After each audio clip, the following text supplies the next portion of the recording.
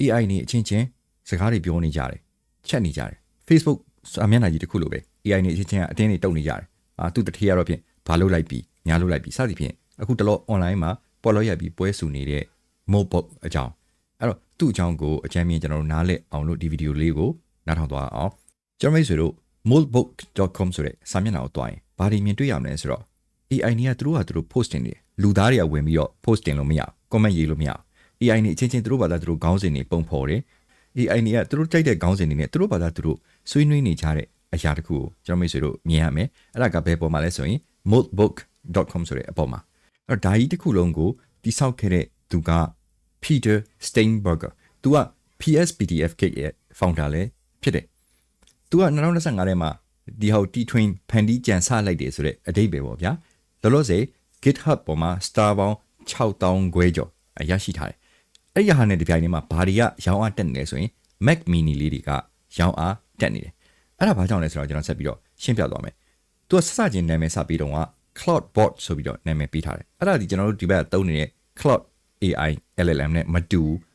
တော့သူက legal issue တွေအရာဘာဖြစ်သွားလဲဆိုရင် Cloud ရဲ့ trademark ကိုပြောင်းပြီးတော့ Open Claw ဆိုပြီးတော့နာမည်ပြောင်းလိုက်တယ်အခုတော့နောက်ဆုံးမှာ Moldbook ဆိုပြီးတော့နာမည်ပြောင်းထားလိုက်တယ်သူ့ကို setup လုပ်ရတဲ့ configuration ပေါ့ဗျာသူ့အသက်သွင်းမယ်ဆိုရင်လုပ်ရတဲ့လုပ်ငန်းစဉ်အဆင့်တွေကအဲ့လောက်ကြီးခက်ခဲတော့မဟုတ်ဘူး programmer တွေအတွက်ဆိုရင်တော့ AACC တာတာရရပဲသူက installation က Linux ဒါမှမဟုတ် Mac OS ပေါ်မှာကျွန်တော် install ဆွဲချလိုက်ရုံပဲ install ဆွဲပြီးွားရင် model integration ရွေးရတယ်ကျွန်တော်တို့က ChatGPT ရဲ့အုံနောက်ကိုသုံးမလား Gemini ရဲ့ LLM နဲ့ကြော်ရိုးကိုသုံးမှာလားဘာရဲ့ကြော်ရိုးကိုသုံးမှာလဲဆိုပြီးတော့ကျွန်တော်ရွေးချယ်တဲ့နေရာမှာဘာလုပ်ပြရလဲဆိုရင် API key ထည့်ပြရတယ်အဲ့ဒီတော့ကြောင့်မလို့ API ဘို့ပတ်စံကုန်တယ်အဲ့တော့ ChatGPT သုံး Gemini သုံး API ဘို့ကတော့အဲ့ဒီမှာပြရမယ်နောက်တစ်ခုက message gateway တွေကျွန်တော်တို့ကဘာနဲ့သွားချိန်မှာလဲ Discord နဲ့ချိန်မှာလား Telegram နဲ့သွားပြီးချိန်မှာလားအဲ့ဒီကနေ human က monitoring ပြန်လုပ်နေရမယ်အဲ့တော့ကိုနဲ့စကားပြောဆိုကိုခိုင်းစေဖို့ AI agent ပဲဒါပေမဲ့နည်းနည်းအဆင့်မြင့်သွားတဲ့တခုပေါ့ကျွန်တော်လက်ရှိမှာ stock ဈေးတွေကဘယ်လိုဖြစ်နေလဲဘာသတင်းတွေကဘယ်လိုဖြစ်နေလဲဆိုတာကိုသူကတောက်လျှောက် monitoring လုပ်ပေးနိုင်တယ်လို့ practical example အရပြောမယ်ဆိုရင် autonomic monitoring ဆိုတာသူကအမြဲတမ်းထိုင်ကြည့်ပေးနေတာကိုယ့်ရဲ့ကိုယ်စားတခုခုဖြစ်ပေါ်သွားတယ်ပြောင်းလဲသွားတယ်ဈေးကွက်တွေပြောင်းလဲသွားတယ်ဆိုမှကိုယ် message ပို့တာမျိုးအဲ့ဒီ level အထိကို automate လုပ်လို့ရတယ် Cloudbot ကိုကျွန်တော်မိတ်ဆွေတို့ဘယ်လိုရေဘူးရအားဖြင့်နားလည်လိုက်လို့ရလဲဆိုရင် तू က open source AI တမျိုးပဲဒါပေမဲ့ကျွန်တော်တို့ cloud ပေါ်မှာ run ရမှာမဟုတ်ဘူး ChatGPT တို့Claude တို့ကျွန်တော် Google Gemini တို့လို့ LLM အနေနဲ့ run ရမှာမဟုတ်ဘဲねကျွန်တော်တို့ရဲ့ local server ပေါ်မှာ run ရ local machine local device ပေါ်မှာ run ရ local computer တွေကနေလှမ်းပြီး run မယ်ဆိုရင်လူတွေက danger ဘာကတော့ရှိနေလဲဆိုတော့ Cloudbot ကို install သွင်းလိုက်တာနဲ့ကျွန်တော်တို့တွေအကုန်လုံးက permission တွေခွင့်ပြုချက်တွေပေးလိုက်ပြီးသားဖြစ်သွားဆိုလိုချင်တာကျွန်တော်တို့နေ့စဉ်လုပ်နေတဲ့ social media တွေ Facebook ပေါ်တင်နေတာတွေ X Twitter ပေါ်တင်နေတာတွေအဲ့ဒါတွေအကုန်လုံးလည်းသူကဝင်ရောက်ကြည့်ရှုနိုင်သွားသလိုကျွန်တော်တို့ရဲ့ email တွေကျွန်တော်ဘယ်သူ့ကိုတော့ဘာ email တွေပို့ထားရဲဆိုတာကိုလည်း access ပေးလိုက်တယ်လို့ဖြစ်သွားတော့ဘာကမှားယွင်းပြီးတော့ဖြစ်နိုင်ခြေရှိလဲဆိုရင်ကျွန်တော်တို့ဖုန်းထဲမှာရှိတဲ့ contact တွေကျွန်တော်တို့ email တွေထဲမှာရှိတဲ့လိပ်စာတွေအကုန်လုံးသူကသူရှောက်ပြီး email တွေပို့နေရလဲဖြစ်သွားနိုင်တယ်သူကသူလမ်းမဆက်သွယ်နေရမျိုးတွေလည်းဖြစ်သွားနိုင်တယ်ဆိုတော့လူတွေကအဲ့ဒါကြောင့် Mac mini လေးတွေကိုဝယ်ပြီးတော့တီးခြားအုံနှောက်တီးခြား database တစ်ခုအနေနဲ့အဲ့ဒီကနေ run ကြရတယ်ပေါ့ဗျာအဲ့တော့သူကကျွန်တော်တို့စီကနေတည်ထားတဲ့အချက်လက်တွေအားလုံးပေါ်မှာမူတည်ပြီးတော့ခုနသူတို့ရဲ့ AI လူမှုကွန်ရက်မဟုတ်ဘူး AI ကွန်ရက်စာမျက်နှာပေါ်မှာတွားပြီးတော့အကြောင်းအရာတွေကိုဒီနေ့တော့ဖြင့်ငါဘာတွေလောက်ကင်ခဲ့တယ်ဒီနေ့တော့ဖြင့်ငါဘာတွေငါ boss အတွက်ကူညီပေးခဲ့တယ်ဒီနေ့တော့ဖြင့်ဒီလူက prompt ရေးတဲ့ညံ့လိုက်တာကွာတို့ဘာတို့ညာတို့ကသူ့ရဲ့ notebook စာမျက်နှာမှာတခါလေးကြာရင်အတင်းသွားပြီးတော့တုံနေတယ်ဒါပေမဲ့ဘယ်ပေါ်မှာအခြေခံထားရလဲဆိုရင်လူသားတွေတိစောက်ထားတဲ့ separate database ပဲပြောရမလားတီးခြားအုံနောက်ကလေးတစ်ခုပေါ်မှာလဲပတ်ပြီးတော့ run ထားတာခွင့်ပြုခြင်းခွင့်မပြုခြင်းသူ့ကိုရက်လိုက်ခြင်းမရက်လိုက်ခြင်းဟာကျွန်တော်တို့ကိုယ်စီပေါ်မှာစိုင်းနေအဲ့တော့ကျွန်တော်တို့ကိုယ်တိုင်ကတိစောက်ဖန်တီးပြီးတော့ကိုယ့်ရဲ့ AI agent တစ်ကောင်ဖန်တီးထားမယ်သူကသူလည်းသတင်းတွေတက်ပြောနေမယ်သူကသူလည်းဟိုဘက်မှာအတင်းတက်တုံနေမယ်အဲ့ဒါလေးရတယ်ကျွန်တော်တို့သူ့ကိုအသုံးချပြီးတော့ line ပေါ်ဖြစ်နေနေများဟာတွေအကုန်လုံးစောင့်ကြည့်ခိုင်းထားမယ်တကူဆိုရင်ငါ့ကိုလှမ်းပြောပါဆိုပြီးတော့ဖန်တီးယူလို့ရလားဆိုတော့လေရတယ်ဒါပေမဲ့ risk တွေကဘာတွေရှိနေလဲဆိုရင်ခုန privacy နဲ့ security concern နဲ့ရှိနေတော့ဤပညာပိုင်းဆိုင်ရာမှာကျွန်တော်တို့တာမန်တူတွေအတွက်အရန်ဟိုမှာခက်ခဲလိမ့်မယ်ဘာလို့လဲဆိုတော့ terminal installation တွေဘာတွေကအစလိုသေးတယ် open port တွေဖြစ်တဲ့အတွက်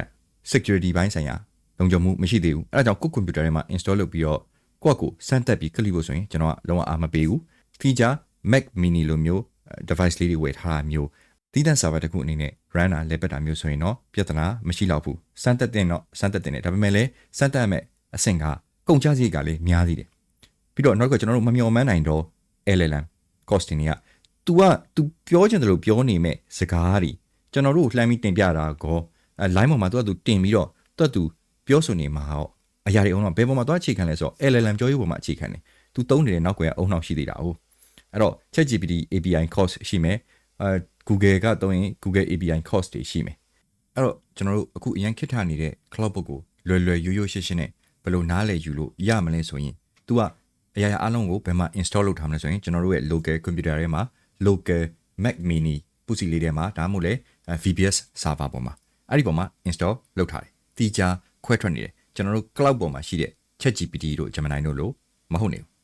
နံပါတ်2ချက်က data processing အချက်လက်တွေအကုန်လုံးကဘယ်ဟာပဲလာမှာလဲဆိုရင်လူတွေစီကပဲလာမှာအဲ့ဒီ AI agent တွေသူတို့တွေအချင်းချင်းအတင်းတုံနေတယ်ဆိုလဲအချက်လက်အကုန်လုံးကကျွန်တော်တို့ကိုစီရဲ့ computer ထဲမှာရှိတဲ့ email တွေအချက်အလက်တွေနေ့စဉ်လှုပ်ဆောင်နေတဲ့အရာတွေအပြင်ကျွန်တော်တို့ခိုင်းစီတုံးဆွဲသွားတဲ့အပေါ်မှာဒီကောင်ကပြန်ပြီးအတင်းတုတ်တာ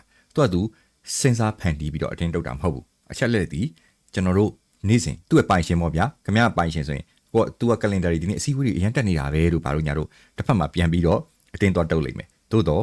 ခင်ဗျားရဲ့ calendar ပေါ်မှာအခြေခံပြီးတော့သူအသုံးချသွားတာနောက်တစ်ချက်ကကျွန်တော် locally install လုပ်ထားတဲ့အဲ့ဒီ bot အဲ့ဒီ AI agent ကိုကျွန်တော် customize လုပ်လို့ရတယ်မင်းကဘယ်လိုအရေးချင်းနေရှိတယ်မင်းကတနေ့ဘာတွေကိုစီစစ်အကဲခတ်ပြီးတော့ဘာတွေကိုလေ့လာကြည့်ရှုသုံးသပ်ပြီးနေမယ်ကောင်းဆိုပြီးတော့ကျွန်တော်တို့မှာစီမံခန့်ခွဲပိုင်ခွင့်ရှိတယ်နောက်တစ်ချက်က bot အချင်းချင်းကျွန်တော်တို့ချိတ်ပြီးလို့ရတယ် Claude bot နဲ့ကျွန်တော် Telegram bot နဲ့လှမ်းပြီးတော့အချင်းချင်းချိတ်ဆက်ပေးထားတာမျိုးလုပ်လို့ရတယ်ဘယ်သူကတော့ဖြင့်ဘယ်အချက်လက်စီကိုသွားဘယ်သူကတော့ဖြင့်ဘယ်အချက်လက်စီကိုသွားအဲ့တော့ကျွန်တော်တို့ရဲ့ပင်မ data server ရှိမယ်ကျွန်တော်တို့ရဲ့ local server ရှိမယ် Claude bot ရှိမယ်သူကပြန်ပြီးတော့သူ့ website ပေါ်မှာအချင်းချင်း AI နဲ့အချင်းချင်းစကားပြောဆိုဖန်တီးနေတဲ့အရာရှိတယ် Facebook ကွန်ရက်ကြီးတစ်ခုလိုပဲ mobile ကွန်ရက်ကြီးတစ်ခုပေါ်မှာအဲ့ဒါတကိစ္စကျွန်တော်တို့ဘာသာဟို AI နဲ့လမ်းချိတ်မယ်ဒီ bot နဲ့လမ်းချိတ်မယ်ဒီ bot နဲ့လမ်းချိတ်မယ်ဆိုပြီးတော့ API နဲ့အချင်းချင်း connect လုပ်ထားလို့ရတယ်ဒါပေမဲ့အချက်လက်တွေအကုန်လုံးဒီကျွန်တော်တို့ရဲ့တိဆောက်ထားတဲ့ကိုယ်ပိုင် server အပေါ်မှာပဲအခြေခံတယ် VPS server လည်းဖြစ်ချင်းဖြစ်မယ် Mac mini လည်းဖြစ်ချင်းဖြစ်မယ်အဲ့တော့အဲ့ဒီအချင်းချင်းအတင်းတုံနေကြတယ်ဆိုတဲ့ AI နဲ့အကုန်လုံးရဲ့အသက်သွေးကြောကလည်းပင်ရင်ပင်မဖန်တီးတိဆောက်ထားတဲ့ကိုစီရဲ့ AI ပိုင်ရှင်တွေဖြစ်တဲ့လူသားတွေလက်ထက်မှာပဲရှိသေးတယ်အဲ့ဒါကိုကျွန်တော်မိတ်ဆွေတို့ကိုရှင်းလင်းသယ်ခွဲသွားအောင်လို့ဒီဗီဒီယိုလေးမှာမျှဝေပေးတာဖြစ်ပါတယ်ဒီဗီဒီယိုကျွန်တော်မိတ်ဆွေတွေအတွက်ကြိုးရှိမယ်လို့ယုံကြည်ပါတယ်